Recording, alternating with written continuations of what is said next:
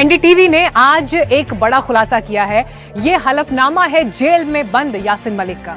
यासीन मलिक ने जेल में बंद हलफनामे में जो बातें लिखी हैं उसे लेकर आज दिन भर जबरदस्त चर्चा रही, बड़ी खबरें रही, क्योंकि आपको बता दें कि भारत के मोस्ट वांटेड आतंकवादी हाफिज सईद को लेकर ये बात लिखी गई हलफनामे में कि 19 साल पहले यासीन मलिक की मुलाकात हाफिज सईद से सरकार के कहने पर हुई और इस मुलाकात के लिए तब के प्रधानमंत्री मनमोहन सिंह ने उसे शुक्रिया कहा।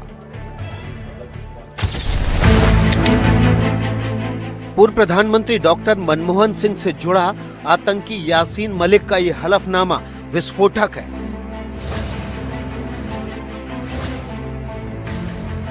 जेल में बंद जम्मू और कश्मीर लिबरेशन फ्रंट के आतंकवादी यासीन मलिक ने दिल्ली हाईकोर्ट में एक हलफनामा दाखिल किया है।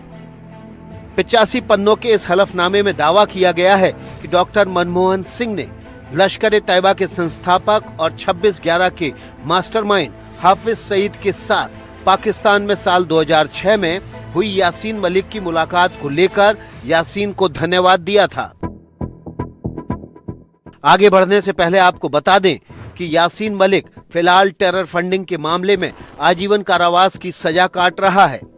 इसी यासीन मलिक ने आरोप लगाया है कि वर्ष 2006 में हाफिज के साथ उसकी जो मीटिंग हुई थी वो भारत और पाकिस्तान के बीच शांति के लिए शुरू की गई पहल के तहत हुई थी।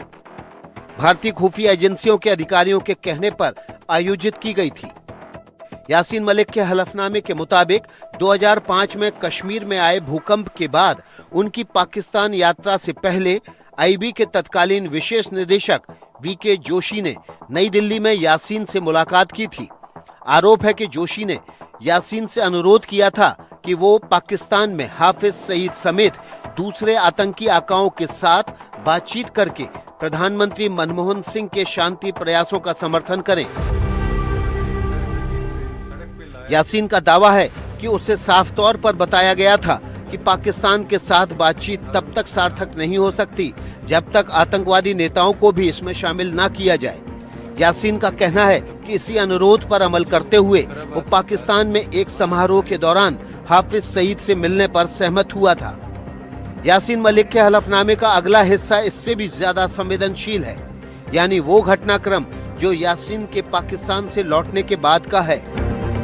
एनडीटीवी इंडिया ने हलफनामे में ये भी पढ़ा कि यासीन मलिक ये कहते हैं कि जब वो वापस आए और उनकी डीब्रीफिंग वीके जोशी आईबी के स्पेशल डायरेक्टर ने की, उसके बाद उसी दिन भारत के प्रधानमंत्री मनमोहन सिंह से उनको मिलाया गया और मनमोहन सिंह ने उनका शुक्रिया किया और बोला, सराहना की कि वो पाकिस्तान गए और हाफिज सईद से मुलाकात की।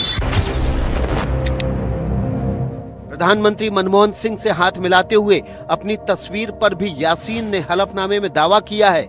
यासीन का कहना है कि जब मैं प्रधानमंत्री मनमोहन सिंह से मिला था तब उन्होंने बिना किसी हिचकिचाहट के कहा था कि मैं आपको कश्मीर में अहिंसक आंदोलन का जनक मानता हूं। यासीन मलिक पर जनवरी 1990 में कश्मीर के श्रीनगर में 4 भारतीय वायुसेना अधिकारियों की हत्या का आरोप है।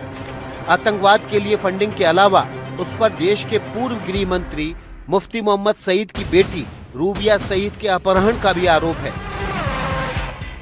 प्रश्न उठते हैं कि कैसे जो है कांग्रेस की सरकार उस वक्त आतंकवादी यासीन मलिक का जो है साथ दे रही थी और उसको पाकिस्तान में भेज रही थी, और बहुत बड़ा ये भी सवाल उठता है कि क्या आतंकवादियों से बातचीत करनी चाहिए। ये वही हाफिज सईद हैं जिन्होंने 26/11 का मुंबई में हमला किया था जिसमें सैकड़ों लोग जो है मारे गए थे। उसके बाद जो है हाफिज सईद हो, लश्कर-ए-तैयबा के या जैश-ए-मोहम्मद, उनने कई हमले पुलवामा से लेकर पहलगाम और भारतीय की संसद पर भी किए। यासीन मलिक के इस हलफनामे को लेकर अब सियासत घर में आपको दिखाते हैं बीजेपी, कांग्रेस और एनसीपी की तरफ से इस पर कैसे रिएक्ट किया गया।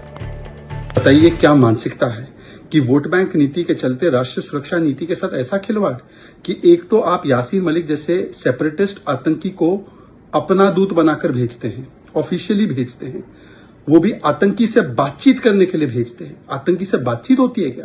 कि आतंकियों को मारना होता है और मौत के घाट उतारना होता है, और फिर वहां से लौटने के बाद सरकार उसको थैंक यू बोलती है और सामने मिलता क्या है? सीरीज ऑफ बॉम्ब ब्लास्ट और टेरर अटैक्स। कौन उसकी बात पर भरोसा करेगा? वो अगर आतंकवादी नहीं है और भारत सरकार के खिलाफ कितना काम किया है तो फिर कौन आतंकवादी है? तब तो सबको क्लीन चिट मिल जाएगा अगर उनको मिले तो। अब तो सरकार बदली हुई है, नई सरकार क्या कह रही है उनके बारे में? जिनका नाम ले रहे हैं डॉक्टर मनमोहन सिंह, कोई इस देश का एक भी आदमी बोल सकता है कि मनमोहन सिंह साहब देशभक्त नहीं थे? कोई भी ये भी बोल सकता है कि मनमोहन सिंह साहब ने देश के प्रधानमंत्री रहते हुए कोई भी ऐसा काम किया जिससे देश का कहीं भी नुकसान हुआ हो? कोई ये भी कह सकता है कि मनमोहन सिंह देशभक्त नहीं थे? ये सारी बातें बेबुनियाद है। आज मनमोहन सिंह साहब तो है नहीं, अब कोई भी बात वक्तव्य कर दे और हमने उसको मान लेना, ये तो संभव नहीं होता है।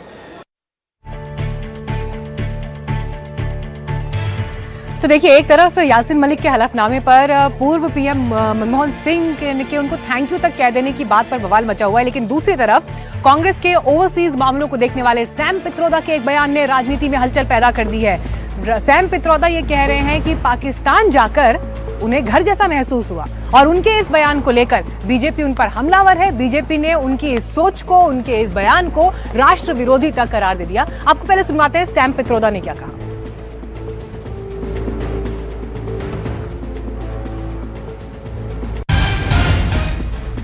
Can we really substantially improve relationship with our neighbors? They are all small. They all need help. They are all going through difficult times. And there is no need to fight. Of course, there is a problem of violence. Of course, there is a problem of terrorism and all that is there. But at the end of the day, in that neighborhood, there is common gene pool. I've been to Pakistan and I must tell you, I felt at home. I've been to Bangladesh. I've been to Nepal. And I feel at home. I don't feel like I'm in foreign country. They look like me. They talk like me. They like my songs. They eat my food. Okay. So I must learn